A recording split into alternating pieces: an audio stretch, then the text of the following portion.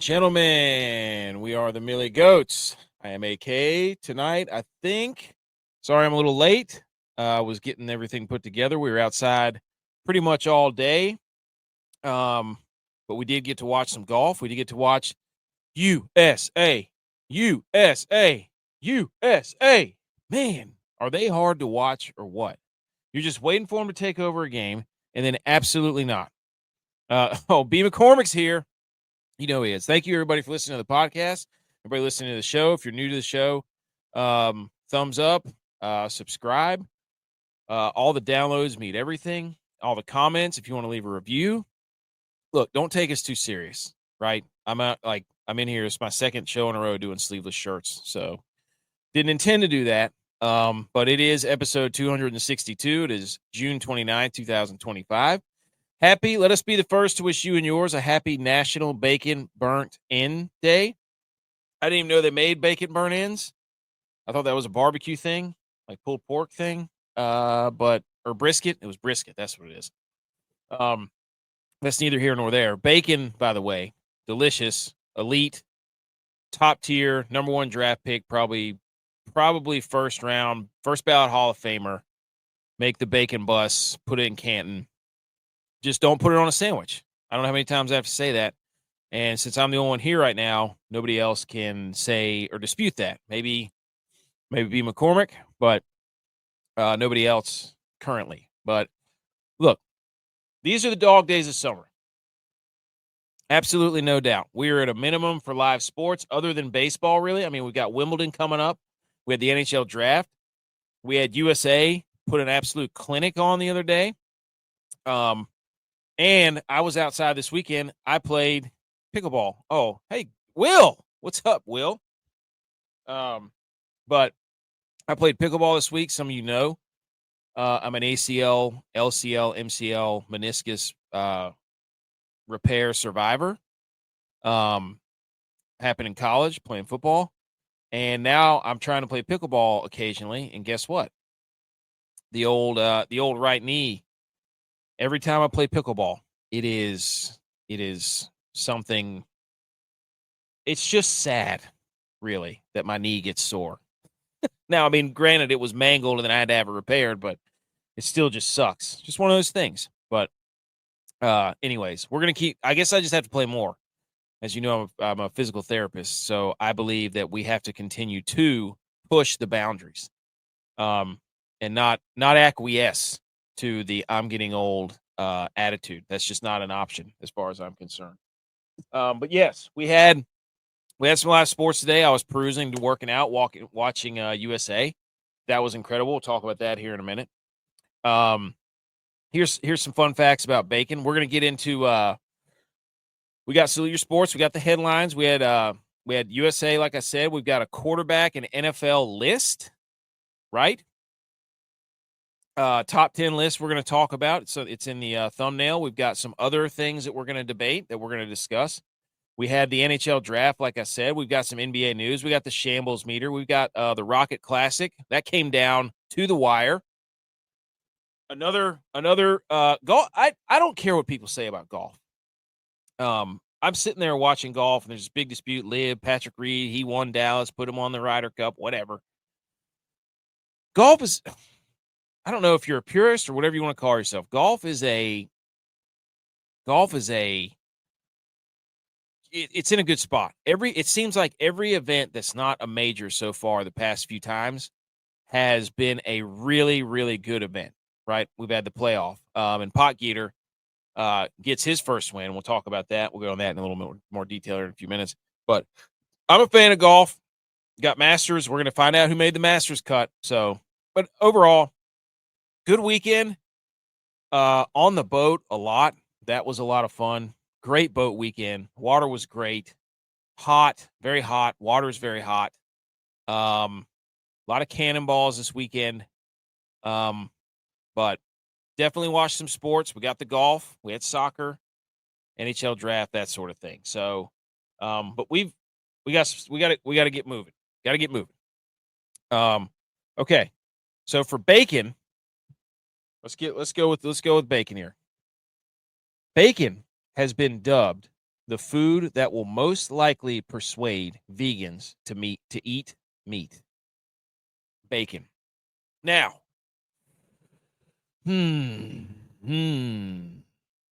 will they eat it on other things, or will they eat it just straight up? Because the smell of bacon alone has got to be enough to get somebody to switch from vegan to just back to being an herbivore. And I'm not going to call them weird. I don't care what you can eat whatever you want. I'm going to eat meat. But bacon, the smell alone, if you're a vegan, whoever's a vegan, let's have you on the show. Nate Dogg's here. He says, yo, what's up, Nate Dogg? For those of you listening to the podcast right now, we do record in front of a live virtual audience. So you'll hear me shout out people in the comments, like B. McCormick and Nate Dogg and some others. But I can understand how vegans would be swayed, because the nose, the smelling's a powerful thing now. I mean, we all walk around smelling stuff that we're pretty dabbling sure what it is. And if you're a vegan, and at some point you had to have, are people born vegans? Probably not, right? Well, I guess if your parents were vegan, maybe, but I don't know. But what a come to Jesus moment that would be, to have bacon for the first time. I mean, I would love to. It's be like one of those videos where you see the baby taste bacon for the first time and their face lights up. It'd be something like that. Every year, the average American consumes 18 pounds of bacon. Now, is one of those packs a pound of bacon? The one that you buy at the store that has all the bacon sliced up? If that's a pound of bacon, people only eat 18 of those a year. That's one every 3 weeks. That I don't know. Average American eats 18 pounds of bacon. That's I feel like it'd be more. I don't feel like 18 is that much. But anyways, speaking of meat, speaking of fall off the bone, speaking of bacon, look, people call me an SEC hater. Call me whatever you want. There's a lot of people on TikTok that are yelling at me, saying that I don't know ball and that they should make podcast equipment more expensive. Guess what? It wouldn't matter. They're not going to do that, first of all. Second of all, we don't care. Keep the hate coming. It's whatever. I will be watching this. So on your screen right now, there is a clip from Chris Vanini that says SEC Network documentary on the Wishbone offense. Sign me up. Wishbone, Dogbone, Kenbone. Actually, no, not Kenbone. Doesn't matter. Give me that football. Thursday, July 17th, 7 p.m. Give me that football masterpiece injected into my veins immediately. The wishbone is football personified. It is bang, bang, bang. Cracking necks, cashing checks, downhill, get to the edge, misdirection. Everybody is a unit, well-oiled machine. Cram it down your throat. Love it. So see, people say I'm a hater of the SEC. I'm promoting the SEC Network right now. Wishbone offense, Thursday, July 17th, 7 p.m. Shout out them. Not a sponsor, though. The SEC is not a sponsor of this show. People, that's right. The player haters ball, B. McCord. That's what I'm talking about. That was a great episode. Great episode. So, but anyways, I just wanted to throw that out there and just be like, look, we are about to be in July. When this episode comes out is the last day of June. July, we've got 4 weeks of July where we're going to get Wimbledon. We'll get another golf major, so we've got enough to get us through. We'll start high school football in mid-August. Like, we're right here. And this little thing right here, July 17th, 7 p.m., just a little taste to kind of say, hey, football's not here. Football's not here, but just get ready because this is as football gets with the Wishbone. SEC story. I wonder if G.U.Y.S worked on that. Nate Dogg says, not a hater chat. That's right. That's right. We don't hate in the chat here. But okay. All right, so I've kind of gone over what we're going to talk about on the show. I think Tex may jump in here eventually, or maybe Butch, somebody. But if not, hey, solo show, not a problem. Not a problem. Today we didn't have time to get a guest lined up. We were outside doing all the stuff today, pulling the kids on the tube, all kinds of stuff. So, and I see Eric just liked it. Eric, if you want the link, you let me know, sir. You let me know. I'll get you in here faster than anything. We'll debate some quarterback lists. But okay. All right. Let's get this off of here and let's go ahead. So you don't have to look at my ugly mug the entire time. Let's go ahead and hit the salute your sports music, and let's get to the topics of the day in the sports world, ladies and gentlemen.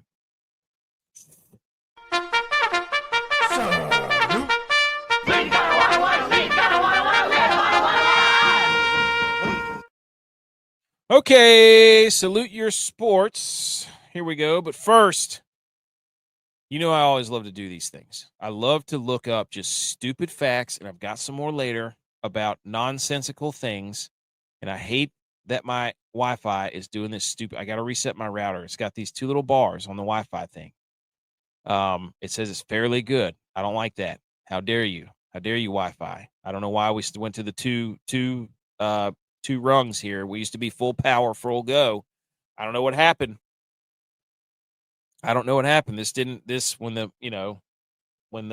Panthers weren't a dynasty. Oh, shout out to the Panthers, by the way, for signing Sam Bennett. We'll talk about that here. Oh, I forgot to put that in. I don't have the graphic. That's okay. Anyways. Okay, dudes posting your W's. One of the greatest accounts ever. Before we get into Salute Your Sports. Says, can someone explain the science behind this phenomenon? And I did like a little short on all the channels not too long or a couple days ago about this, where it says 33% of men go several months without buying a bed frame after moving into a new place.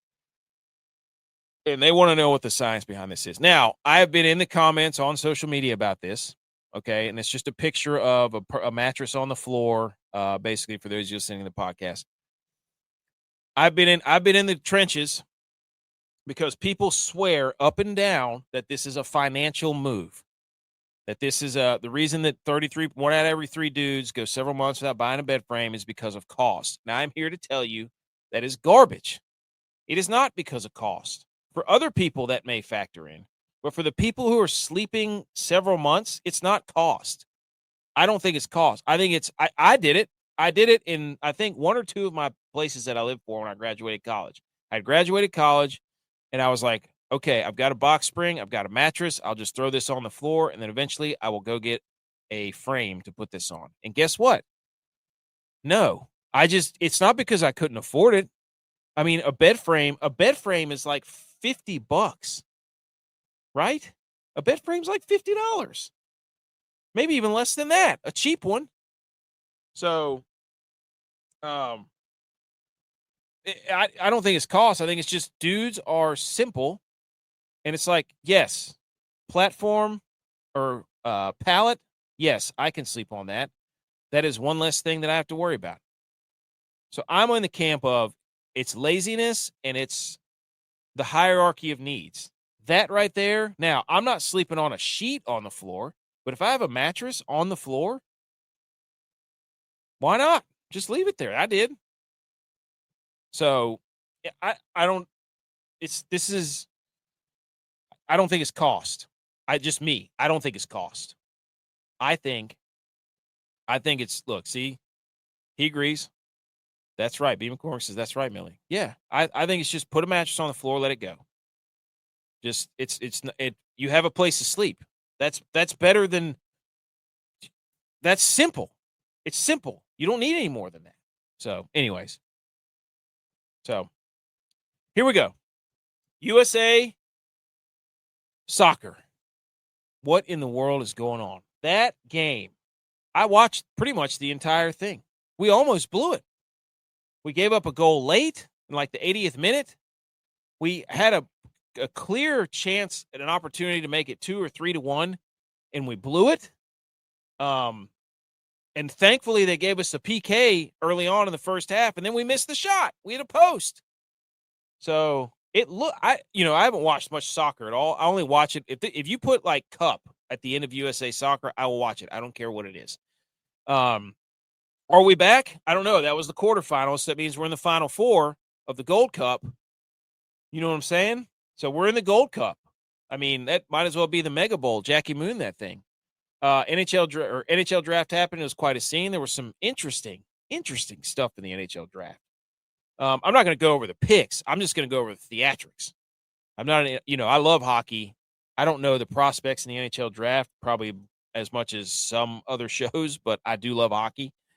And then number 3, the Rocket Classic playoff ends in history for South Africa. So that was fun. The Rocket Classic was great. But here we go. Gold Cup. Yes, USA Soccer, Gold Cup. We advanced to the semifinals. I have no idea who we're playing. All I know is my wife was like, "What are you watching? What do you mean? Is it says 2 I was like, "No. We won in PKs. We had to go into sudden death PKs." I don't know who the goalie is. Matt Freese. Get that. Put a statue of that guy. Put a statue of Matt Freese because he made like 3 saves. We had a guy miss the net. Their goalie made a save. And then I can't remember who scored the golden goal or the game winner, or whatever you want to call it. But I'll tell you what, that number 24 for us, I can't pronounce his name. I'm looking up the Gold Cup right now. Oh, so we play Guatemala. Okay, Guatemala. What a tournament this has been. Panama lost to Honduras in penalty kicks. Mexico won. They beat Saudi Arabia, so it'll be Mexico and Honduras. And then we've got Canada and Guatemala. They went to penalty kicks, and then USA and Costa Rica went to penalty kicks. So now USA plays Guatemala July 2nd at 7 p.m. And then the championship is we don't want to get ahead of ourselves, though. I mean, we're talking about this semifinal run. Telling you right now. So, but it was fun to watch. That's what my wife's like. You're watching soccer? I'm like, look, and I told her the same thing. So, Nate Dogg says, I'm a Chicago Blackhawks fan. Wish I had Misa instead of Fonda. Dude, are the Blackhawks? Are we back? Are we back? I don't know. I don't know about the Blackhawks. They've got what's his face? Who's Nate Dogg? Help me out. Who's the guy? Who's their young guy? I forget his name. Bedard. Connor Bedard. But do you believe in Connor Bedard, Nate Dogg?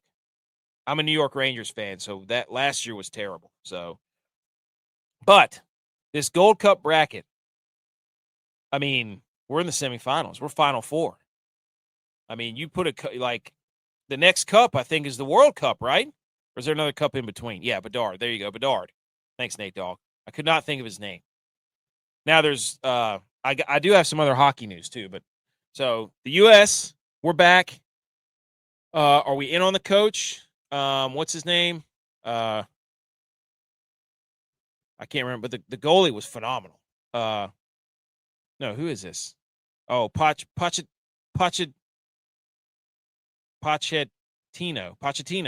Mauricio Pochettino. Are we back in on Pochettino? Are we out on Pochettino? So I think we're in right now. We're Gold Cup semifinals.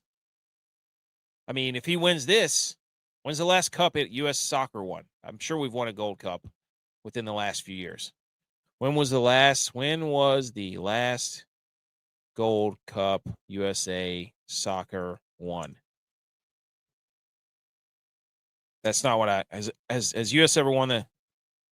Oh my gosh! Oh, and last claim victory in 2021. Oh my gosh! So the U.S. men's national team has had incredible moments in the CONCACAF Gold Cup. 7 titles worth of moments. The U.S. men's national team won the inaugural tournament in '91 and last claim victory in 2021. Oh, is this a tournament we made up? Did we make this up? Is this a President's Cup thing that we've got going on here? Holy moly. We better win it if we made it up. Regardless, this is the kind of momentum we need going into the World Cup and the Olympics. We need more Gold Cups.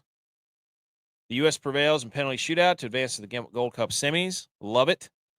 We defeated Costa Rica. Watching a shootout's phenomenal as far as I'm concerned. It's beautiful. Beautiful. We can get behind these guys. Is everybody playing? I didn't see Pulisic out there. I can't remember what his name was. But anyways, shout out USA. Way to get the win, boys. Way to get to the Final Four. Let's make sure that we get it done here. So Wednesday, July 2nd, 7 p.m. We will have the results of that because we record on Wednesdays. That's great. And they play Sunday. So we're going to get instant reaction of USA versus Guatemala. Who do we want to play? I don't know. Who do we think? Mexico or Honduras? I think we need Mexico just for the sheer theatrics. We need Mexico. I think that would be like USA versus Canada in the Four Nations. We can't lose a cup. We cannot lose another cup that we invented. We already lost the Four Nations to Canada in hockey in the All-Star break. Is this soccer All-Star break? Because this is something that we made up. I did see they were playing in Minnesota. Now, I don't know why, but the stadium was not packed. Is Minnesota not a good football team? Is our good football town? I mean, where's all the love for USA soccer in Minnesota? We got to be supporting the boys here. We have to be supporting the boys. So, there we go. USA soccer, let's go. That's what I'm talking about. Give us something. Take us through, give us as much as you can give us, right? So we get all the way next week. We got something to look forward to. We got Wednesday night, semifinals. This is what we need. As sports fans, USA's doing the tree, what they need to do. And then we can get another meaningful sports night on Sunday. So this is good. And then we get all the talk building up to Sunday. So come on, USA. Get us closer to football. Football, give us football. I'll even call it football. If USA wins tonight or wins Wednesday, for a few weeks, I will call soccer football. I will be professional. Deal. It has been spoken. Okay. Moving on. The NHL draft happened, I think, Friday and Saturday. It was I don't know what exactly they were doing. ESPN put out this, I don't know. It was like a virtual event. It wasn't a virtual event. I don't know. I'm not entirely sure. But they were saying that all 32 teams virtually in attendance for the NHL draft. I would hope that all 32 teams would be in the NHL draft. That's just me. I would want every team, if I was a commissioner, if I was Gary Bettman, for all the teams to be there. I don't know why ESPN wanted to flex like this. But this is basically like a giant Zoom call during COVID. I don't know if they were trying to be cool and be like, we can do our draft virtually. It's like, no, we did that 6 years ago, and or 5 years ago. We're trying to not do that anymore. So I'm not entirely sure what they were doing. Now, I know when they gave out all the awards that they did them kind of virtually, and that kind of got a good, this is one of those things where Gary Bettman had the Four Nations thing, and he's Icarus right now. He's flying too close to the sun. You know what I'm saying? He's thinking that everything he's going to do turns to gold. So he made this weird NHL draft thing where they were bragging about it being virtual. So I remember watching the beginning of it, and I was like, what does this mean? Also, I did watch a lot of 7-on-7 football, OT 7-on-7, where Robert Griffin III and Cam Newton were out there. I guess that's where, okay, yeah, we got something on that later, but that was fun to watch. My son really enjoyed that. But okay, so the NHL draft was a brag about it being virtual, but then there were people there, and then they had special guests. So I'm not sure. I don't know what to make of it. If anybody knows more about the NHL draft and why they did it like this, please let me know. I'm sure somebody does, but I was commenting on it because it was interesting. Now, what they did do was pretty awesome, right? They pulled out some stops, the NHL did, and they had all kinds of guests. So the NHL draft brought back, and this is from the Anaheim Ducks, Charlie Conway, the actor who was Josh Jackson, and Connie to announce one of their picks at the NHL draft. That was sick. So you've got, Mr. Triple Deke up there. And I think this was Connie, one of the forwards from the original Mighty Ducks. So that was awesome. Kudos to the NHL draft for reaching back and bringing back the original Mighty Ducks, which made everybody love hockey when they were a kid. One of the greatest trilogies of all time would be the Mighty Ducks. Quack, quack, quack, quack. Let's go. Charles Barkley. Some more hockey news. So we got some hockey news coming up here in just a second. He said he was clear about what he loves about hockey. Charles Barkley. Now, Charles Barkley is one of the greatest TV personalities there are on TV. He said they don't have load management in hockey. And that's what he loves about hockey. And guys, people listening to the show or have listened to the show, Nate Dogg, if you're new, understand that I hate load management with a searing passion, probably more than I'd loathe anything else in my life.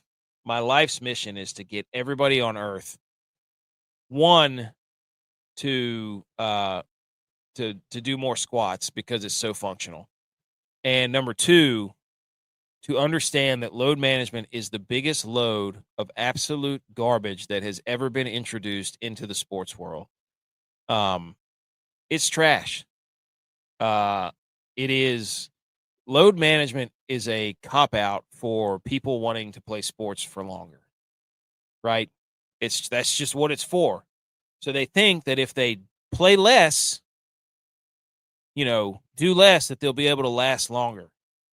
And that works financially, you can do that. You can spend less and then, or you can take risks and try to be great.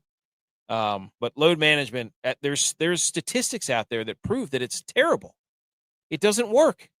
It ultimately in the long term will make you'll be able to maybe play longer, but you'll be less effective as you age. So there's a trade-off, just like anything else. So shout out Charles Barkley, because he doesn't like it either. It's an excuse for people not to play, and nobody wants to tell the pro athletes, hey, dude, this is a terrible idea. Anyways. Now, if you're a hockey fan, George Laraque, noted enforcer in the NHL. Dude was a freaking unit out there. He says, this is from Spittin' Chicklets, we give credit here, I'm hearing there's very good chance that Crosby will play somewhere else. Sidney Crosby, ladies and gentlemen, off the back of the NHL draft, could be on the move. Now, for those of you who listen to the show that are Pittsburgh Penguins fans, thoughts and prayers. Did you ever think there would be a day? I have watched this dude play hockey. What is he? He's a little bit older than me. Or maybe we're the same. I don't know. We're around the same age. But this guy, don't tell anybody in my family that are Pittsburgh Penguins fans. He's a freak. I don't. He's like my Matt Stafford. No, Crosby's more transcendent than Matt Stafford. He's like Pat Mahomes, basically. It's just that he's so good, but you're allowed to hate him because he is so good and he doesn't play for your team. And that, as a fan of a team, as a fan of a different team, a rival team, I love seeing the Penguins lose more than anything. I don't care. As a Rangers fan, I don't care. I want them to lose every game. I can't stand it when the Penguins win. That does not mean that I do not respect Sidney Crosby and how good he is. Period. I can respect how good he is. Now, I think he ruined hockey for about 5 years because when he got his first concussion and all that stuff was going on, they pretty much nerfed everything and you couldn't hit anybody. And then it was just, let's cater the game to the Penguins and all their speed and their undersized forwards and this and that. And so for like 5 years, the Penguins were unstoppable because you couldn't hit anybody. So I don't like him for that, but I do respect his vision is unbelievable. And touch and precision and anticipation. That's what makes him crazy. Like Connor McDavid has all the cutting on the edge, the dangles, the speed. Crosby had that, but he also was cerebral. It was crazy. But anyways, he might be on the move.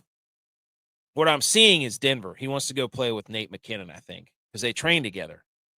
So they would get two veterans like Gabe Landeskog and Crosby on the same line. It'd be wild. Be wild. Also, Sabres fans, more hockey news. Look away. This is so. If you don't know, on the show, Tex is a Penguins fan. My brother, Tex is a Penguins fan. G.U.Y.S is a Sabres fan, and so they've got a four-way picture here of Jack Eichel hoisting the cup. A lineup of the 2021 Sabres were Skinner, who's played in a couple Stanley Cups, Eichel, Reinhart. Linus Ullmark won the Vezina. Sam Reinhart's holding the Stanley Cup again. He had 4 goals in the Stanley Cup. So this is a classic Sabres fans. Everybody feel bad for the Sabres. So just hilarious. Just hilarious. You got to look, we're all fans here. You have to rub salt in the wounds of your friends. That is the sole reason why we are all fans. It does not affect my life as a fan unless my team is really good or really bad, right? We spend the entire, us on our show, in our group chats, we spend the entirety of our show and conversations spinning things around to make sure that our teams don't look bad and our favorite players don't look bad. And we will do that until the day we die. So anytime I get a chance to throw salt on the wound of Tex or J-Vi or Edge or Dylon or Butch or anybody else in my friend group, I will 100% throw salt in the wounds, and I will be unapologetic about it because in the grand scheme of things, it doesn't really – I don't think any of our teams have won a major championship in a long time. So, man, that would be great. That would be really good if the 49ers could have pulled off at least one suit. I would be insufferable. I'd be insufferable. Brady Martin wasn't at the draft, another NHL draft prospect. When he was picked, he was at his farm having a watch party. Now, the beauty, people who cannot see this, that's right, dude. That's right, B. McCormick. No Purdy slander. That will not be tolerated on this show. I'm doing a new series this summer. I'm doing a new series this summer where I'm just going to take Colin Cowherd's hot takes that he loves to give and just do the complete opposite of his, and just give takes on Colin Cowherd's takes. I've already made a thumbnail. It's going to be great. He released a Colin Cowherd released a graphic of AFC bold takes and NFC bold takes. And he and his co-host did 3 each. And so I've already picked them off, and I'm just going to go back and run down each one and say whether I agree with it or not. So we're going to start that over the next week or so. It's going to be great. We're going to come up with our own stuff too. We already did our AFC North preview on Wednesday, and we're going to do another one every week. We're going to do a preview of another of an NFL division, 8 weeks leading up until, because I think it's 10 Sundays till NFL. So if we do 8 weeks, we're going to do AFC. We did AFC South this week. We'll do AFC, one of the AFCs next week. So there you go. There you go. Hold on. That's what I'm talking about, Nate Dogg. You understand, Nate Dogg. Nate Dogg, you get it. You have friends that are not Blackhawks fans, and when their team sucks, you got to tell them about it. You know what I'm saying? Nate Dogg says, I hope New York gets into the playoffs. They're fun in the playoffs in hockey. Yes, dude. The Rangers are so much fun. Igor Shesterkin has to be in the postseason. So, but Brady Martin was at the draft tonight. He wasn't at the draft tonight when he was picked. He was at his farm having a watch party. And this picture is great. So there is a tractor with a front loader, okay, at this guy's draft party on the farm, and it's holding up a TV. And then there's 10 rows of lawn chairs and pop-up chairs watching this TV that's hoisted up on a front loader on the outside, broad daylight, right by a pond. It's incredible. It's incredible. Beautiful Bearded Bastards is here. Hello, everyone. Go check those guys out. Go check those guys out. Check out their YouTube. Those guys got some funny conversations. I'll tell you that. Good folks there. Beautiful bearded bastards. Go check them out on YouTube. Nate Dogg says, "How was the TV hold?" I don't know. They've got it on forklifts. That's a front loader there on the front of that tractor. So that was cool. Good for Brady Martin. Okay, that's enough NFL draft or NHL draft talk. We're moving right along. All right, we go to Detroit, where this golf, what an ending to this golf tournament, ladies and gentlemen. Aldrich Potgieter. This guy, I think it was the Mexico Open. He lost. He completely collapsed, and I think it was Joe Highsmith that beat him back a couple months ago. But this dude can absolutely nuke a golf ball. He hits.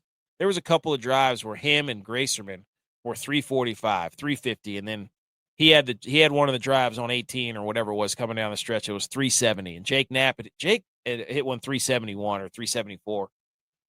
Jake Knapp's golf swing is if they could bottle up Jake Knapp's golf swing and sell it as perfume, it would. I mean, that dude's swing is unreal. It's crazy. The precision that he strikes the ball with is crazy. But Potgieter wins the 5th playoff hole by draining like a 15 or 20-foot putt. So shout out to the South African. He got his first win. Like I said, he was close a couple months ago. He's the youngest South African to win on the PGA Tour. And I think he's exempt to now the Masters, the PGA Championship. I think he gets, I can't remember how many years exemption he gets on tour. There was another, the Players. He gets into the Players. So he's, he's in a bunch of different, I mean, it just means so much to win. I mean, you could tell Gracerman,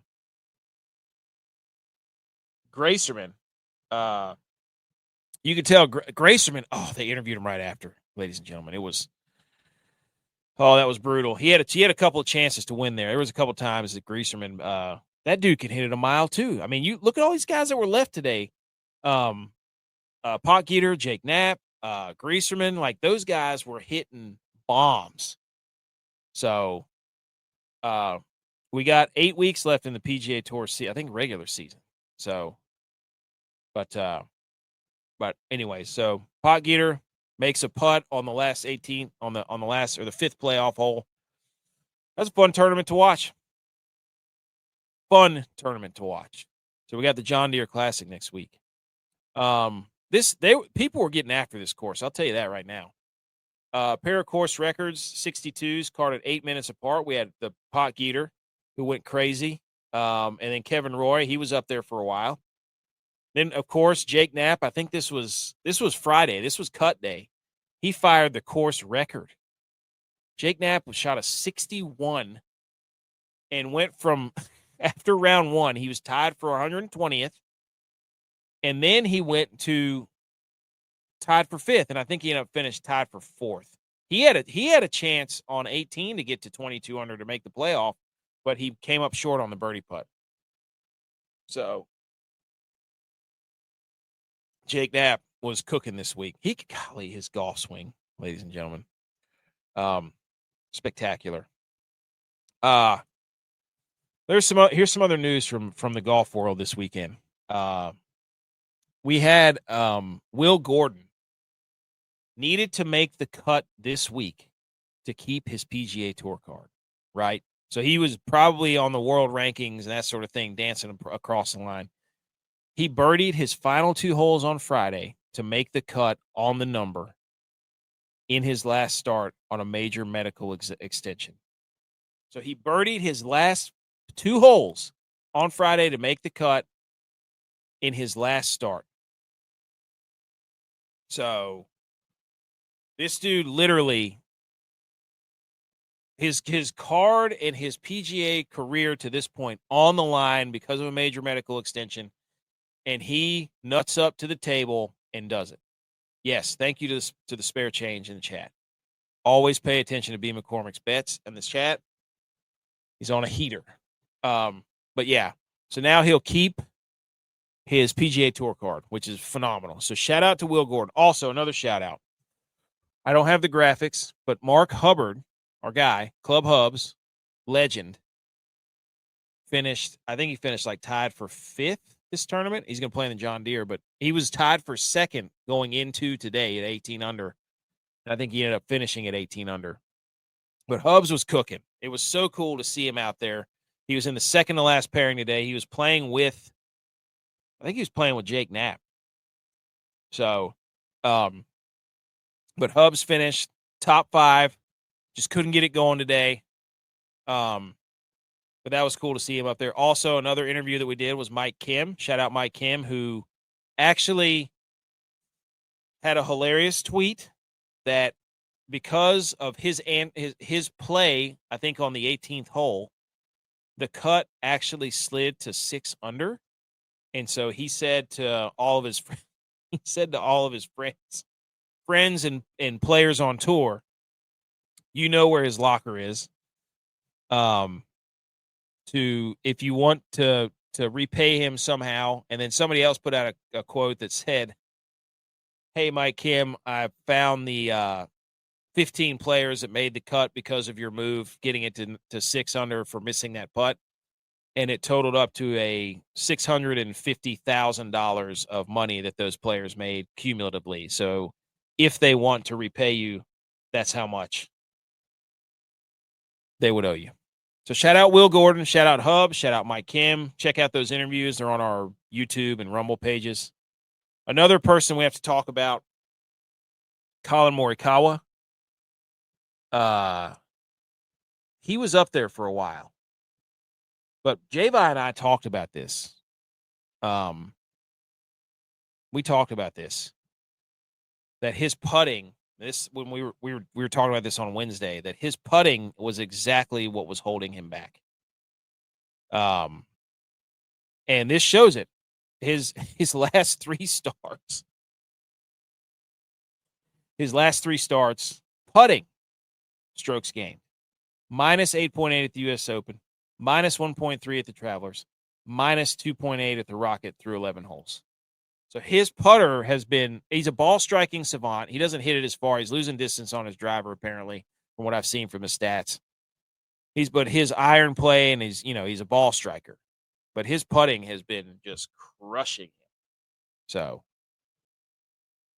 after losing 4.7 strokes on the greens on Thursday, day 1, he said, I putted like a blind man. I've been so focused on hitting my irons better that I haven't put enough, honestly, time into putting. I mean, buddy, you know what I mean?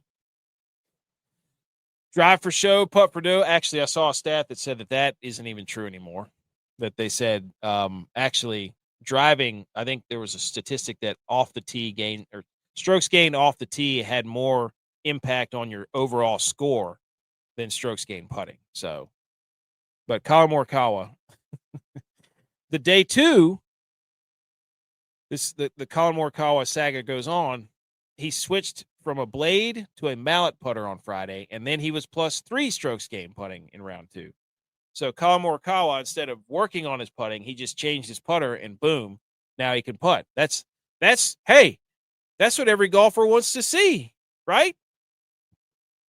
That's what every casual weekend warrior golfer wants to see. Hey, it's not me, it's my clubs.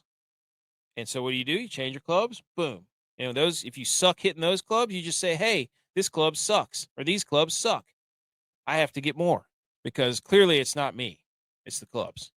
Love that. That's how you connect to the fans, Colin Morikawa. Do it. Okay. This is from Golf Tips Checker. This is where all the tips came in, over 50 sources, 339 tips. Harry Hall had a pretty good tournament. He was 30-1. Griot, Cam Young, Hisatsune, Ben Griffin, Thompson, Batia, and Jaeger did not. He had a highlight there where he absolutely nuked one left and just went, tomahawk slam with his driver. So Potgeeter not on here. I don't know what his odds were. I don't know what Potgieter's odds were, but they had to be they had to be pretty low. But I was thinking about this. I was so damn mad at myself because I was reading up about this course and I'm like, oh, it's a bomber's course. If you hit it far off the tee, you're going to do pretty well. Well, guess what? You know, I was making my DraftKings lineups and I'm sitting there, you know, I'm sitting there. I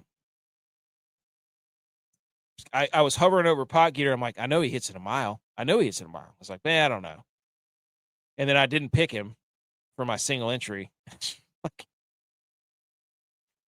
like, so mad.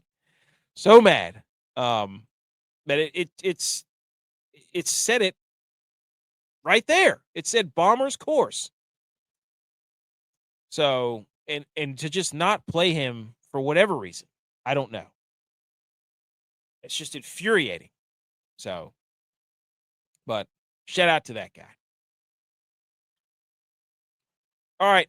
Here are the guys that we gave you. Valimaki, he was at a top 20 at plus 450.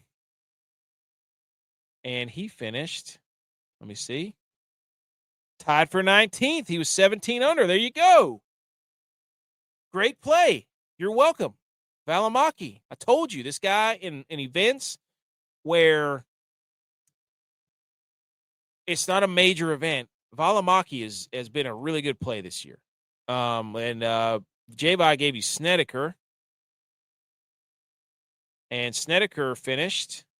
He was cut at 5 under. He missed the cut. He missed the cut by 1 stroke. So J.U.Y.S does not know ball. Unbelievable. Rico Hoey, he was cut because he was at 1 under. Dylon doesn't know ball. Max Homa, Tex, how'd we do? Cut. Wow, 3 under. He missed it by 3 strokes. And then Butch gave you Jeremy Paul. He was 2 over. So really, 1 out of 5 there, not great. I don't even think Lucas Glover played. So,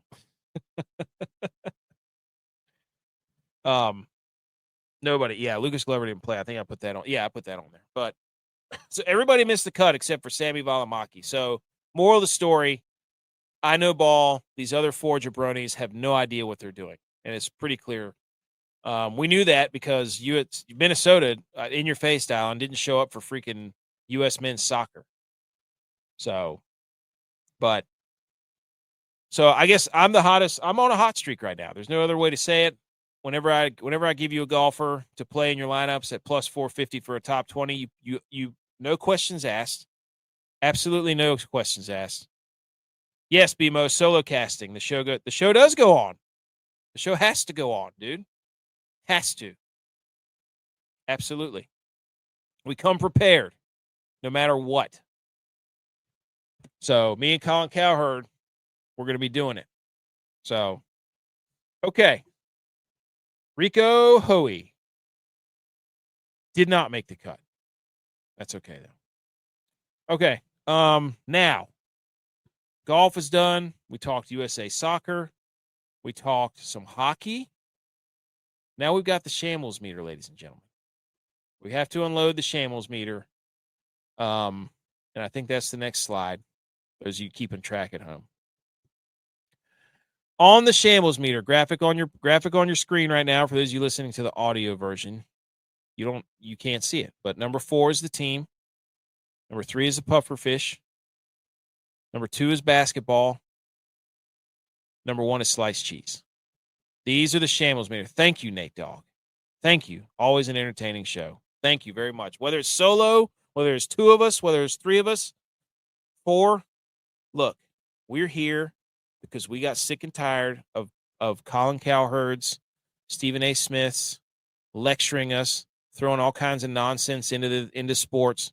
No, we just want to talk ball as fans on this show and rattle off unsolicited takes that really have no meaning to anything other than just us being fans.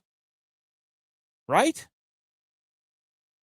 We just want to be fans. We don't want somebody standing there lecture us like they're an expert whenever they're wrong all the time, too. That's why people create their own shows, because we're sick and tired of that. It's that they'll get up there and say something completely off the wall, be blatantly wrong, and never have to pay the price for it. So you know what? If they can do it, why can't we do it? That's why we invented the Shambles Meter. Okay. Number 4, the team. Actually, I forgot. I put this in there. This is terrible. Why did I put this in there? The Sportsman's Party. Dozens of Yellowstone visitors witnessed death of a bison as it stepped into the water at the shallow edge of the Grand Prismatic Spring on Saturday morning, leaving behind a carcass that will soon be dissolved by the 160-degree water. So this is not a good sign for the Buffalo Bills right here if I've ever seen one. That's why I put it in here. Yes, Nate Dogg, exactly. We want to yell at the screen and be wrong, and trust me, people on the internet tell me I'm wrong all the time. They tell me we don't need podcast equipment. I don't care. Guess what? We're going to correlate a buffalo or a bison that walked into a boiling hot spring and say it's not a good sign for the Buffalo Bills. That's all I can take for this, right? This bison walked into 160-degree water and got basically nuked alive. And as far as I'm concerned, that's not a good omen for the Buffalo Bills. The Buffalo Bills have got to do something here. They got to do a ritual or some sort of funeral service or something. They got to do something. The Bills, this can't be hanging over their head. So that was an honorable mention, Shambles Meter, rightfully so, because that is a horrific scene. But the team is on the Shambles Meter because Cam Newton spoke to high school players on choosing college for their next 4 years. Okay. He was quoted as, "You think Kirby Smart needs you? You're stupid. Half of y'all going to schools that don't even offer you. If you're good, don't matter where you go, they're going to find you." And then he says, "You better go somewhere where you're going to put yourself first." So the team is on the Shambles Meter. Now, people have already yelled at me about this because I commented underneath it. I was like, translation, the team means nothing. Take care of yourself.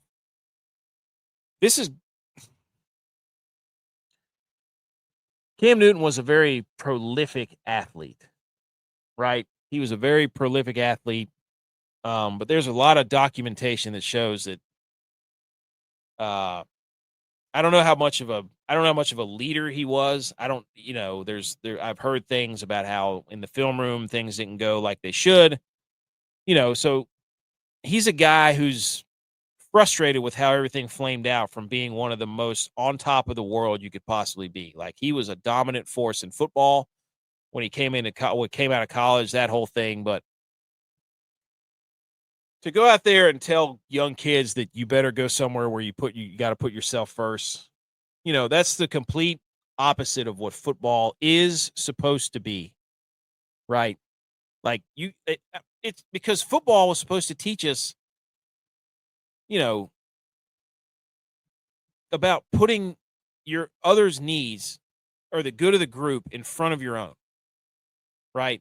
And now it's getting to a place where you got people like him that are going into these rooms and saying, "Don't do that. These schools and these coaches, they don't care about you." And it's like, it's not about them caring about you. It's about the people in the locker room that are caring about you, right? Like, the school, you're fighting an enemy that you can't defeat when you're fighting college universities, when you're fighting the coaching ring. It's not about that. Like, maybe one person on each of these teams, if you're lucky, 2 or 3 will get drafted at these very high-level schools. And most of the time when you're playing, they won't get drafted. Or you won't get drafted. And your friends won't get drafted. And so you got this guy coming here and telling you, put yourself first. Like, no, dude. It's the complete opposite of what you should be doing. You should not be putting yourself first. You got to put the team first, because that's what teaches you after football how to go on, because football ends for all of us someday. So anyways, also on the Shambles Meter are pufferfish, because they release a toxin to deter predators. But dolphins, now this is why pufferfish are on the Shambles Meter. Dolphins have figured out that the toxin gets them high, so they intentionally inflate and pass the puffer fish around like a party drug. So puffer fish are on the Shambles meter because dolphins are using them as recreational ways to get high, which is kind of hilarious. So watch out, puffer fish. Basketball is on the Shambles meter because Adam Silver says they're using AI to look into why Achilles tears have increased this season. Among other things, like there's multiple things. That's why I just put basketball. But they're using AI. This goes back to my Christian Watson rant. Whenever the NFL spent $4 million trying to investigate why hamstring injuries were a problem, and they did an MRI that showed his hamstring was smaller. It's like, hey, do you know why Tyrese Halliburton tore his Achilles and why Jason Tatum tore his Achilles? Because their calf was sore. They had a calf strain. If you play on a calf strain, the chances of you rupturing your Achilles are very high. Yes, B. McCormick.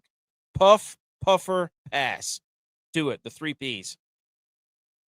Yeah, dude, they were smoking puffer fish.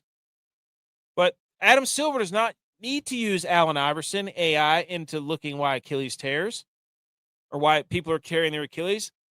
It's, again, it all goes back to load management. People think that load management is going to solve the short term. It's going to affect the long term. If you continue to take time off over and over and over again, eventually your body won't be able to withstand the stress at a high level because you're not practicing enough at a high level. You're not performing at a high level. You're not training at a high level. The body responds directly correlated to the stress placed upon it. If you are not working at a level that challenges the tissue over and over again and you are resting too much, it will fail you. You will get a muscle strain and then your tendons will fail you. It's not complicated.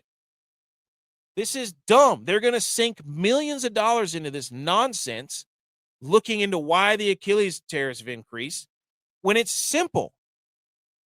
Pay me. I will tell you right now, he had a calf strain. Jason Tatum had a calf strain. Dame Lillard had blood clotting issues, so they gave him blood thinners, probably. And then he tried to play, which means the blood did not supply his tendons like it should have. It's not complicated. They want an excuse to say that this is the league's fault or it's basketball's fault when these can be explained. You had a calf strain. Your calf was weak. That's why it failed you. Or you were on blood thinners because you had blood clots, Dame, and you're a little bit older. Like, holy moly. Secondly, this is continuing. We've already convened the panel of experts. They think it has more to do with youth ball, offseason, everything. They're blaming youth ball. They're blaming the offseason. AI will ingest all the video to see some sort of pattern. We're taking it very serious. I can't even read that. I can't read that. They're blaming youth basketball for professional athletes tearing their Achilles. You can't make that up. I mean, how do are every single one of these guys eating what they should? They should be. Are they sleeping enough? Are they drinking? Are they smoking? Like, they're blaming youth basketball. Anyways, LeBron James is opting into his $52.6 million player option. Clutch Sports CEO told ESPN, CEO Rich Paul told ESPN, he goes, LeBron knows the Lakers are building for the future, but he values a realistic chance of winning it all. This is the most LeBron quote of all time, where he's like, how do I say this enough to go ahead and cover my bases to say, I know the Lakers are building for the future, but I want a realistic chance of winning it all, meaning, okay, we're probably not going to win the championship this year, but if we do get close, it'll be because of me, is basically what he's saying. So people are going to dispute whether you should take the 52 points. I mean, shoot, dude, if somebody it goes back to the team, right? It goes back to Cam Newton telling kids to, oh, hey, take care of yourself first. What the holy moly, dude. Unbelievable. I can't believe I watched that video. I get what Cam Newton was saying about, you can't mess with these schools. You can't mess with these coaches. Take care of yourself. It's like, so at that point, what makes a team for Cam Newton there is you say you got to look at the people in this locker room, not put yourself first. Look at the people, because the university will run you over. The coaches will run you over. They'll go do their own thing. But what you're going to have are the memories of the people in this locker room, right? Not you, not the name on the back of your jersey, the name on the front. Because when you become a dad, when you become a husband, when you become all these things, you don't take care of yourself first if you want those things. I'm not saying you have to have those things. But I'll tell you right now, my kid, they come first. Just how it is, right? I didn't get up at 5:30 every morning playing college ball in winter gym because I did it for me. I did it because my team was there. And if I didn't do it, I was going to let my team down because they were going to get punished. So, and I did. 1 or 2 times I did, and it was terrible. So you got to learn from those things. Anyways, but LeBron covering himself. I know the Lakers are building for the future, but he values a realistic chance of winning it all. I don't even know what that means. So he's saying, okay, we're building for the future. But he takes the money, and then wants a realistic chance of winning it all. I don't. There you go. Here's a further, and he understands the value of the real. We are very appreciative of the partnership that we've had for 8 years with G.U.Y.S and Rob Pelinka, and consider the Lakers as a critical part of his career. So why would he say but?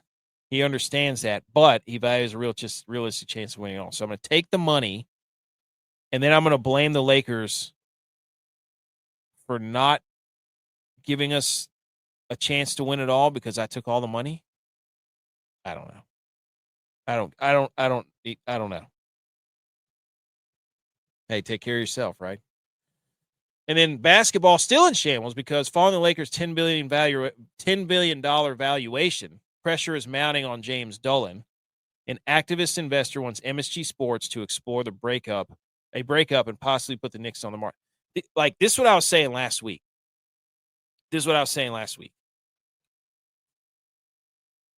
The people are going to start selling this because they think that the value of these teams selling for $10 billion and such, it will never be higher than what it is right now.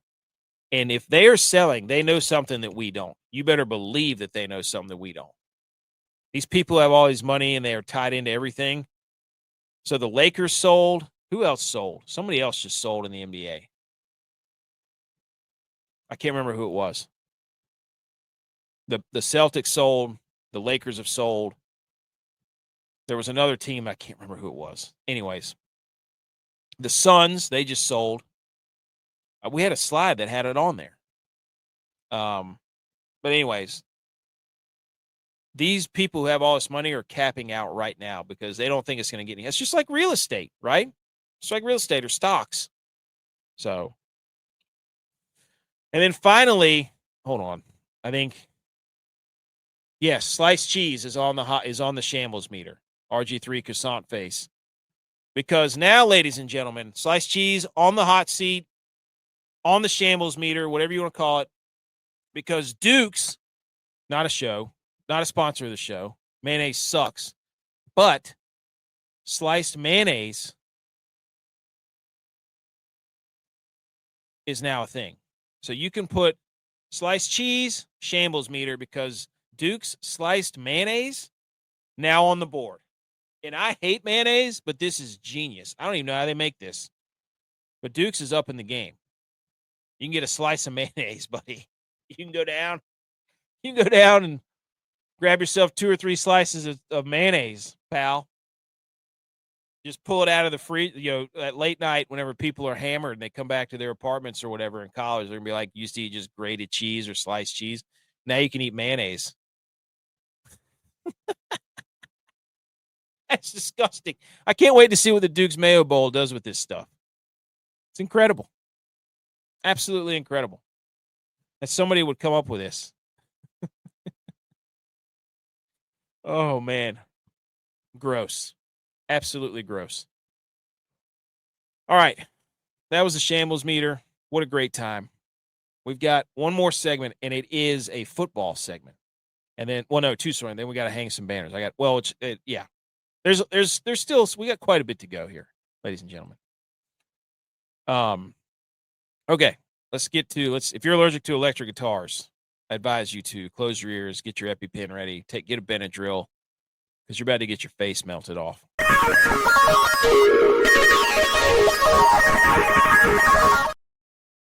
Okay, here we go. Final segment before hang your banners. On the thumbnail, the title of the episode, top 10 quarterbacks we would like to get a beer with. Okay? So we went to every single quarterback, 121 quarterbacks in the NFL. And here's the current top 10 quarterbacks we would love to have a beer with. And it goes as follows. Jameis Winston, not in any particular order, just 10 that we would like to have a beer with. Tyrod Taylor, Aaron Rodgers, Russ Wilson, Gardner Minshew, Baker Mayfield, Pat Mahomes, Taylor Heineke, Josh Allen, Lamar Jackson. Honorable mention, Joe Flacco, Joe Burrow, Tommy DeVito, Brock Purdy. Make your own list if you disagree. Okay? Let's go through each one of these. All right? B. McCormick's having a ball down here. Let's go. You're damn right we're talking Purdy right now. Here we go. Jameis Winston. Why would you not want to have a beer with Jameis Winston?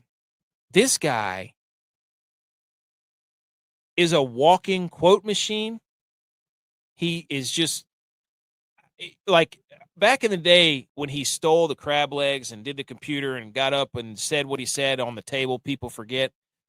You're just like, oh, this guy, he just thinks way too highly of himself. And then as you've gotten to know him throughout the progression of his career, you're like, this guy's just a clown. And not in a bad way.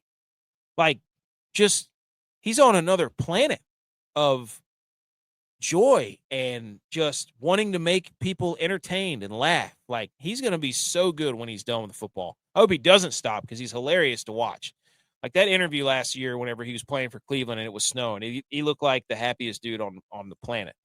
But just why wouldn't you want it? Why would you not want to? You have to have a beer with Jameis. I don't even know if he drinks beer. But number 2 is Tyrod Taylor. Just for the fact of how is he? This dude is just continuing to play forever. Like this dude's playing like on his 15th year. How many years has he been in the league?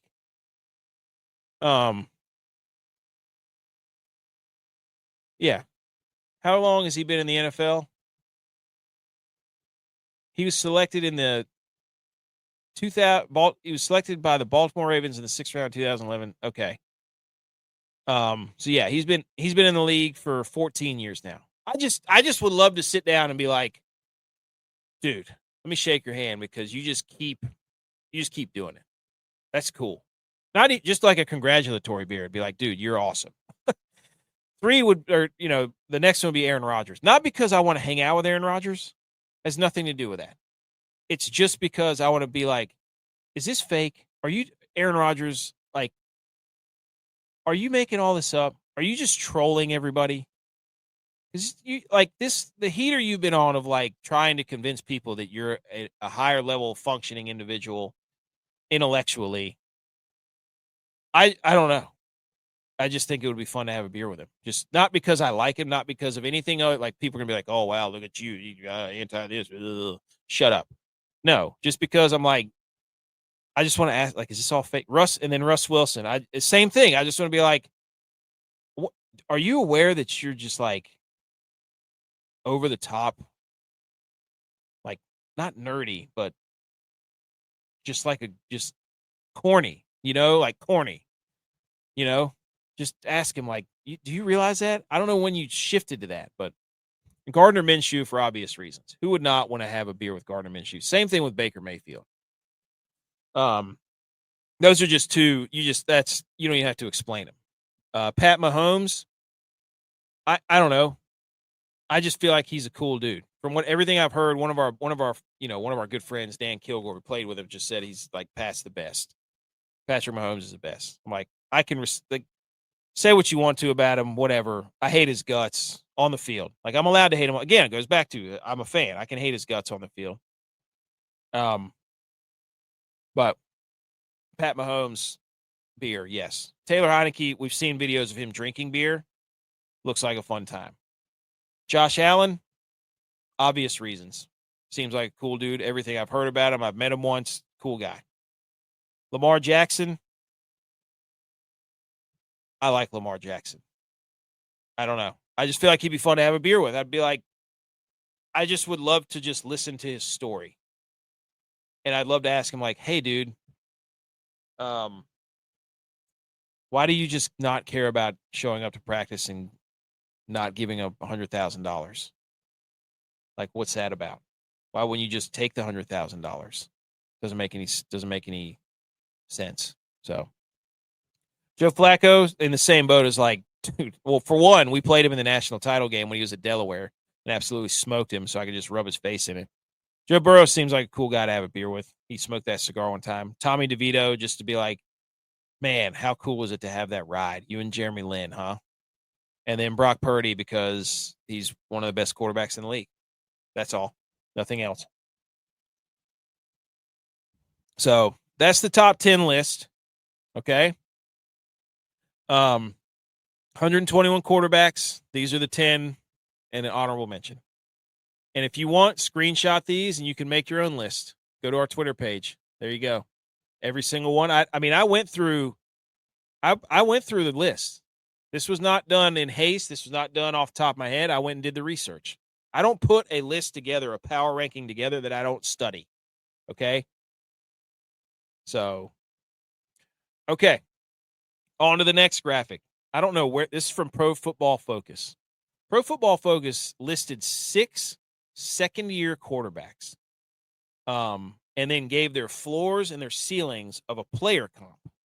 So they had Caleb Williams, they had Michael Penix, they had Jaden Daniels, they had J.J. McCarthy, they had Drake May, and they had Bo Nix. All these guys, well, Michael Penix was not great last year. Unfortunate, too, because I really wanted him to be great. If you were to ask me to rank these guys right now, off the top of my head, if you want me to rank these 6 second-year quarterbacks, I would go Jaden Daniels, Drake May, Bo Nix, Penix, Caleb Williams, J.J. McCarthy. I don't know what J.J. McCarthy is. No idea. He's coming off that knee surgery. Caleb Williams, I'm not sold on. I don't know what everybody's infatuation with him was. The guy came in and said he didn't know how to watch film. So as far as I'm concerned, I don't get it. But his ceiling is Jordan Love, what's Jordan Love's ceiling? And his floor is bust. Jordan Love has done nothing. What has Jordan Love done? This is not me being a Jordan Love hater, a Packer hater. Like, what has he done? What has he done? So if that's his ceiling, my goodness. And Jordan Love's like 2 years older than him. So if that's what they're thinking of him right now, that's just not very good. I'm sorry. I don't know what that means. So Jaden Daniels' ceiling is Lamar Jackson. His floor is Kyler Murray. I wouldn't want my ceiling to be Lamar Jackson if I were him. I wouldn't. I'd rather it be Mahomes. I think Jaden Daniels can be more of the Mahomes trajectory because Lamar Jackson can't win in the Brock Purdy has more playoff wins than Lamar Jackson. So maybe they're just thinking talent wise, and then Kyler Murray is just I don't know. So, but Jade, I'd rather it be Mahomes than Lamar. That's just me. And then this one, Drake May, his ceiling's Trevor Lawrence isn't even his own ceiling. And then his floor is Daniel Jones. Daniel Jones kind of makes sense, but ceiling Trevor Lawrence, what are we doing? What has Trevor Lawrence done? What Drake May seems more of a Joe Burrow, right? You know what I mean? I think Drake May is more of a Joe Burrow ceiling than Trevor Lawrence because if your ceiling's Trevor Lawrence, what has he done? Has he even won a division title? Maybe he won one. Maybe they did. Maybe won one. But anyways, Michael Penix, His ceiling's Justin Herbert, and his floor is Jameis Winston's never anybody's floor, pal. That means he's going to play forever, and everybody's going to love him. Justin Herbert, but I don't like either one of those if I'm Michael Penix. You know?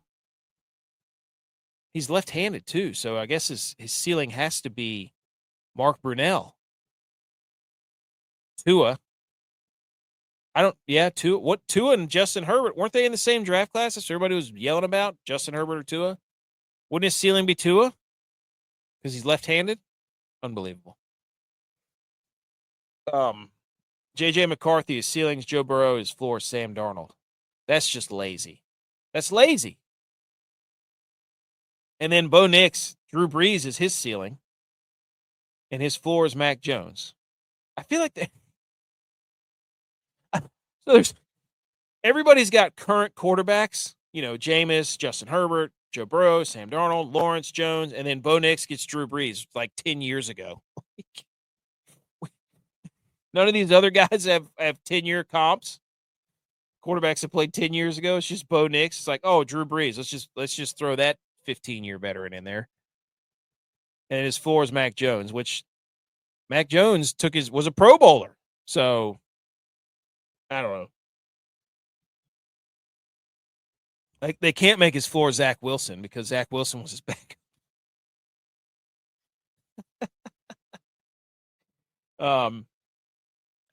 The second year of quarterback floors and ceilings. Interesting list. Like I said, if I power rank him, that's how I'd power rank him. I think I don't know. We need to make a floor. We need to make a Pokemon floors and ceilings. Be like, oh, Caleb Williams' ceiling as a Pokemon would be, his ceiling would be Pidgeotto. Like one of the first Pokemon you get that can evolve really well, but usually you're not picking him to fight your battles for you. So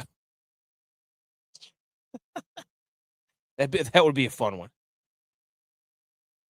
Okay. Time to tell us who the best quarterback is from Fox Sports. Best quarterback tight end duo in the league is. For those of you who can't see, the graphic has Mahomes and Kelsey. It's not in any particular order. Hurts and Goddard, Goff and Laporta, Geno and Brock Bowers, Purdy and Kittle, Lamar and Mark Andrews, Kyler Murray and Trey McBride. I need to go back and put pen to paper, okay? Because let's go in the AFC West. Yeah, Herbert doesn't really have a tight end. You got two AFC West teams. Yeah, the Broncos don't have one. NFC West, you got two teams with that on here, the Cardinals but Seattle doesn't really have one. Neither does the Rams. Tyler Higbee's hurt all the time. What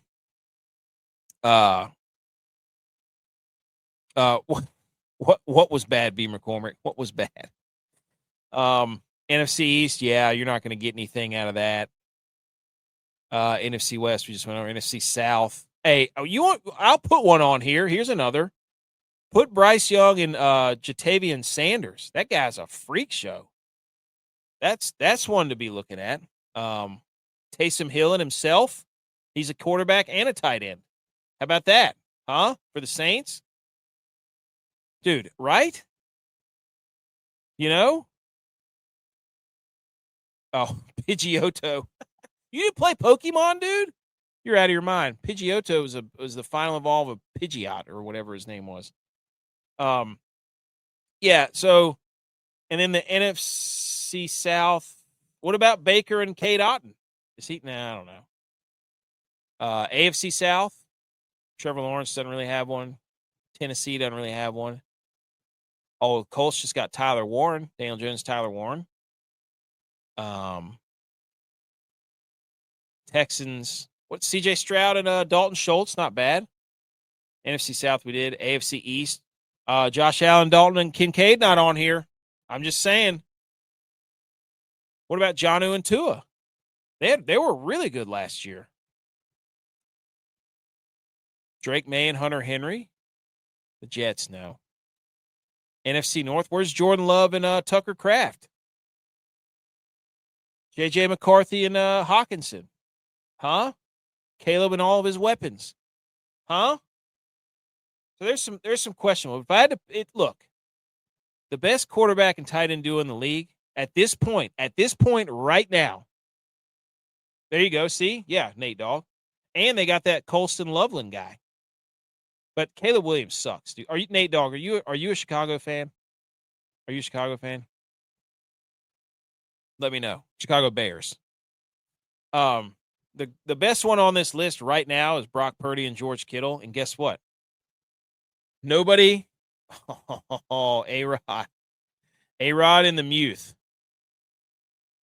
Aaron Rodgers does not like tight ends, I don't think. I'm pretty sure he doesn't like tight ends. The Muth is loose. Oh, Texas.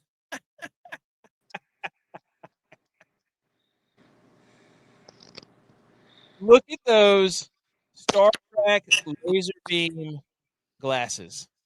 I'm like Cyclops from the X-Men. Yes. Nate Dogg's a Chicago fan. Okay, Nate Dogg, do you believe in Caleb Williams? Riddle me this. Riddle me that. Tex, who's the best? Dak Prescott and Jake Ferguson didn't make this list, by the way. The list is invalid. Baloney, dude. Clearly the two at the top are Brock Purdy, George Kittle, Mahomes, and Kelsey. So those are the best quarterback tight end duos in the league. It's not really up for debate. I would say, let's ask the question, is George Kittle a system TE? Is he a system tight end? Oh, is he a system tight end? Yeah. Let me riddle you this. Is Travis Kelsey a system tight end? We haven't seen him play. He naturally finds the openings. I'm just saying he just finds the openings. Like is Kittle a system tight end? Laporta. If he had a different quarterback, Laporta would be elite. If he had a different quarterback, Laporta would be the best tight end in the game. Period. He can do it all. He blocks. He's like a Rob Gronkowski. There is no better blocking tight end in this league than George Kittle. That's not true. What? I just told you it's Laporta. Oh my gosh, dude! He drove some guy all the way through the end zone and planted him on his back like 17 times. Also, so yeah, I wasn't ranking them. I was just going over them. Secondly, did you see what Cam Newton said about? He told kids to put themselves like you got to take care of yourself first. He's going around speaking to college kids, telling them to put themselves first now because the universities and the coaches are untouchable. And I saw that and I was like, this makes me so mad right now. This guy is so mad and bitter that the way everything ended for him, he has nothing. So he's going to go around and tell everybody that they have to live like him now and put yourself first. I think it's absolute garbage. I have to show you this. Also, what do you think of my list about top 10 quarterbacks to have a beer with? Jameis, Tyrod, Aaron Rodgers, Russ Wilson, Gardner, Baker, Mahomes, Heineke, Josh Allen, Lamar Jackson. Dak Prescott's not on the list. Don't even say it. Nobody cares. Yeah, I'd replace Russ Wilson with Dak Prescott for sure. What are you going to ask him? Hey, what really was in the Pure Leaf bottles? Yeah, that'd be my first question. How much dip spit did you have to put in there? Like, was it Red Man, Levi Garrett? Like, what'd you do? Levi Garrett was good stuff. It is good stuff. Also, they're making sliced mayonnaise now. Did you see that? I would not. How about that? Can you imagine putting that on your sandwich and thinking it was cheese? Yeah, that's good. That's gonna mess up some kitchen relationships. My wife makes her own mayonnaise now. Oh, she's pretty good at it. Maybe tell her to start making it into slices. Oh, did you see this too? That pufferfish dolphin get high off a pufferfish. Did you know that? That's pretty cool though. They said they figured it out, and so they intentionally make them puff up, and then they pass them around and get high. Nice. That's pretty funny. Here's what Cam. The old G.U.Y.S there at the old Steeplechase. Yeah, Steeplechase. Here's what Cam Newton said. He spoke to high school players. There you go, choosing their college. You better go somewhere where you put yourself first. Dude, Why is this guy allowed to go around speaking to kids? Why? He said, half of y'all going to schools that don't even offer you. If you're good, don't matter where you go, they're going to find you. You think Kirby Smart needs you? You're stupid. And then he says, you better go somewhere where you got to put yourself first. I don't know. I was like, I would say, don't take advice from guys in wife beaters. Yeah. That's rule number one. Like rule number one, don't take advice from guys in wife beaters. Rule number two is this is what I said earlier. It's not about the school and the university. It's about the people in the locker room. Yeah. It's about the guys that you're playing with. And this is clearly a guy that didn't get along with the people in the locker room. Because everybody who plays football, there's 0.001% that go on to play in the NFL. But everybody else, the best thing they remember and that they love was being in the locker room and being a part of a team. Like, that's what you miss. That's what you miss. You can't tell me different. And him going around saying, don't worry about that, put yourself first. You're creating an era of individuals that don't know how to be a team, that don't know how to be leaders. So, yes, there you go. Nate Dogg knows. He said, Tex looks like LeVar Burton from Star Trek. Mm-hmm. That's a perfect reference, dude. Geordi LaForge. Tex loves Star Trek.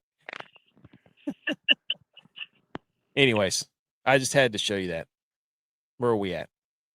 Oh, I just wanted to show you what jumps out to you about this graphic of the highest win percentage in franchises in the Super Bowl era. Look at this graphic. Look at all these Super Bowl trades. It's the Cowboys number one, then the Steelers, and the Ravens, then the Vikings, then the Packers, Chiefs, Dolphins, Patriots, Niners, Broncos, Raiders, Eagles, Rams. Two things stick out to us on this list. No Buffalo Bills. No Buffalo Bills. Frauds. Yeah. And no Carolina Panthers. No Carolina Panthers, and the Vikings are the only one on this list that don't have a Super Bowl. Suck it, Dylon. Yep. Look at this. Right there. Big Vegas. You can win all the games. This is Mickey Mouse franchise, the Mickey Mouse Minnesota Vikings. Okay. Winning games that don't matter. Regular season champs. Can't win the big one. Can't do it. Never Can't do it. Oh, Tex, I forgot to show you this too. This has to be a bad omen for the Bills. Did you see this? Dozens of Yellowstone visitors witnessed the death of a bison as it stepped into the water at the shallow edge of Grand Prismatic Spring on Saturday morning, leaving behind a carcass that will be soon dissolved by the 160. This buffalo bison walked into a boiling springs and got incinerated, essentially. And that's not a good omen for the Buffalo Bills. That was my first thought. What does this mean for the Buffalo Bills? Well, I can't remember. I'm trying to think here. It probably didn't even realize, because they had their wool, their fur is so temperature, it blocks the temperature so well, like that it doesn't even like negative 40-degree temperatures don't even phase it. So that means it didn't even feel that it was too hot until it was too late, which is probably why it did. Yeah. This was probably a horrific scene to watch. Yeah, I mean, it probably was like already waist deep by the time it was too late. Who knows what kind of noises that thing was making? Yeah, basically boiled alive. And I just kept thinking, like, the Buffalo Bills Madden curse. Yep. People thought Josh Allen got away. No, this poor bison had to pay the price for his Madden curse.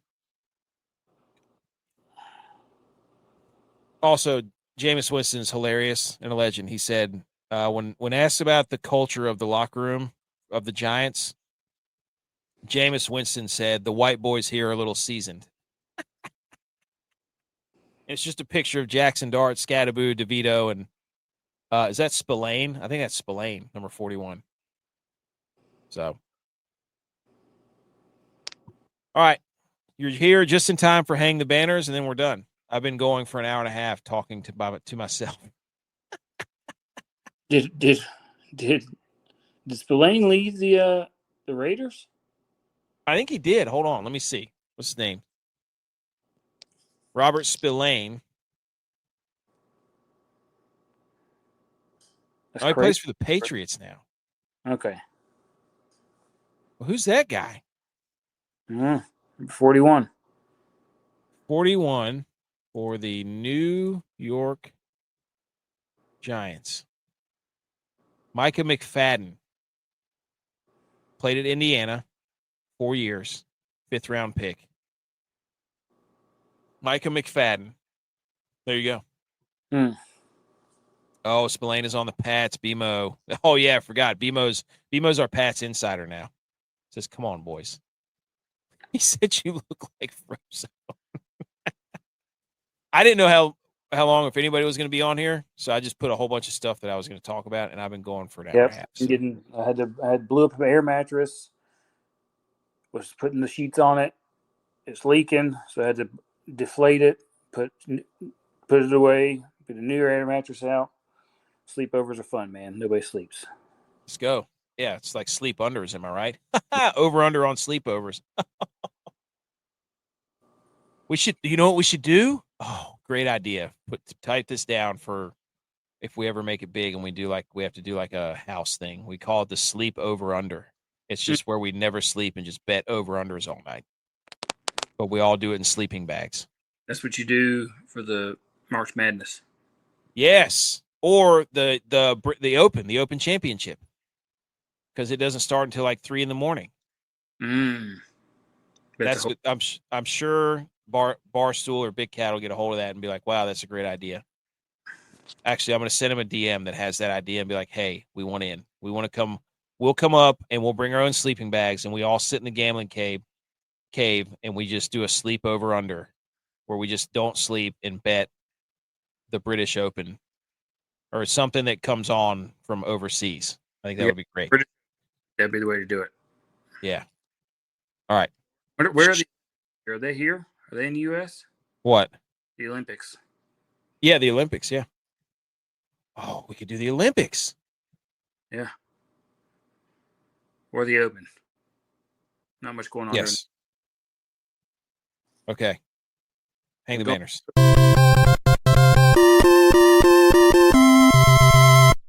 You did it! Congratulations! What were you saying? I said, got the Open and then golf was over and then it's football season. I mean, yeah. Hey, are you going to go hang the banner first? You want me to hang the banner? You go for it. It is football season. Look, hang the banner for the Italian Bowl. Dominant from the start. Football season's here. Guelfi Firenze are the XLIV, whatever that is, Italian Bowl champions. An incredible season for Andrea Fimiani in the Guelfi Firenze as they smoke the Ancona Dolphins 49-14. Football's back. Italian Bowl champions. I feel like we need to go to this. Yeah, I feel like we should make that happen. I need to send them a message and be like, we would love to be the media partner for this bowl next year in June. Shout out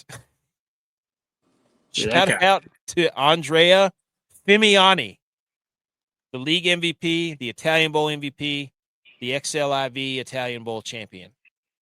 This guy looks like BMO, does he not? Yes. Yeah.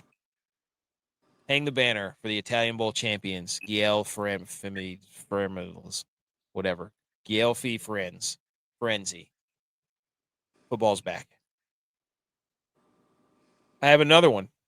Hang the banner for manatees because they control their buoyancy by farting. And that's awesome. So they sink and float so if you ever see a manatee and it starts sinking and floating and rising, just know that it's probably pooping its pants if it had some. I just feel like, I mean, tell me if I'm wrong here. I'm sure somebody's tried this, but I feel like manatees probably taste delicious. They're like big. They'd be like big giant. They're sea cows. Yeah, they'd be like big giant Wagyu beef. They're sea cows. That's what their nickname is. They're sea cows. Just float in water all day. They have probably very little muscle. Mm-hmm. They're nice and marbled. Mm-hmm. I bet you they taste delicious, man. I'm telling you. I bet you right up there under their flippers. Yeah. And probably by their tails and along their spine, the tenderloins. 100%. So I think those are all my. Emo just sent a picture. Said I'm way more Italian than the Italian MVP. Those are facts, though. That's awesome. And then, dude, hang the banner for ducks. Did you know this?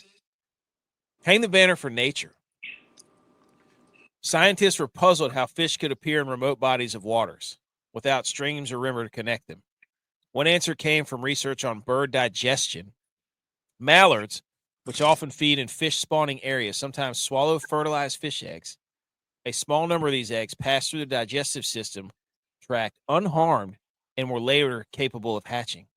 This process is called endozoochory, reveals that birds play a surviving role in spreading aquatic life. It's enough to seed fish populations in isolated environments over time. Crazy, right? Mm-hmm. They eat certain fish eggs. They survive. Those fish eggs survive the digestive tract, and the ducks poop them out into remote bodies of water.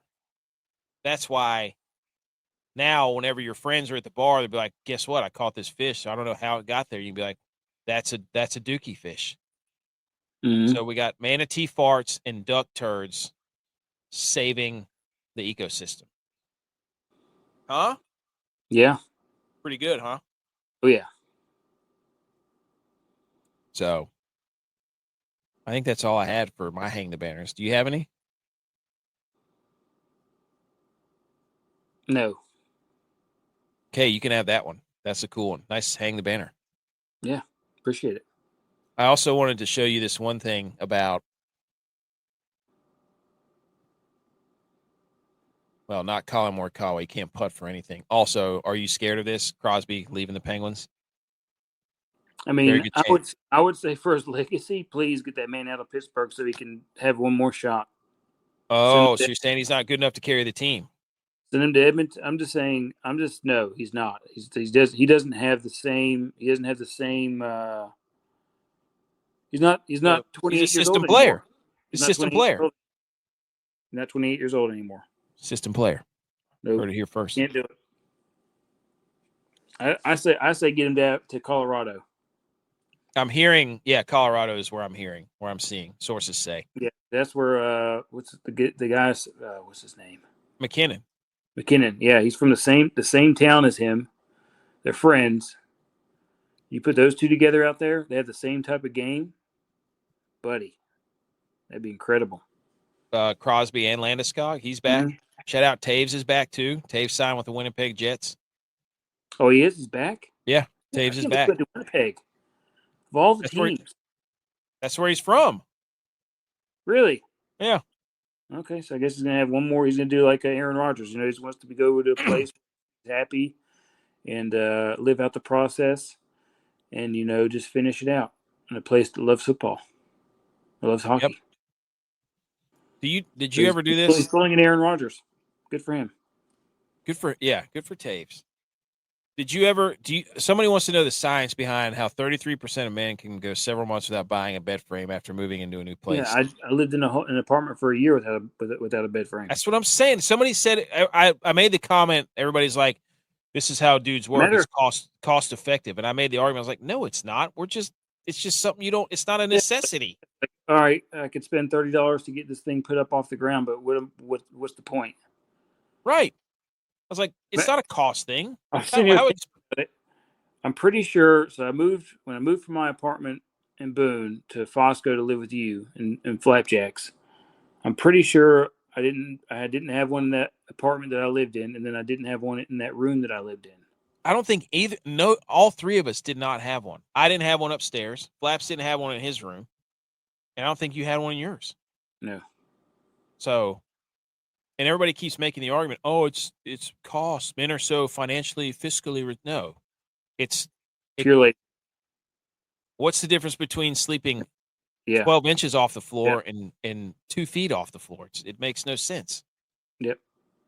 So, okay then. Settled.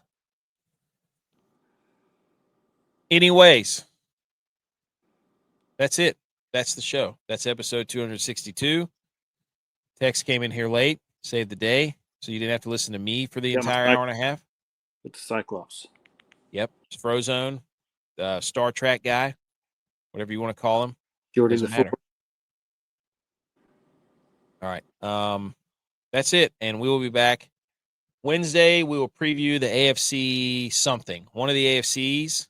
I will pick it, and then we will make another round of stupid questions like we always do. So, thanks for tuning in. Hey, what's the golf this weekend? Deere. What? The John Deere. Okay, then it's the Open.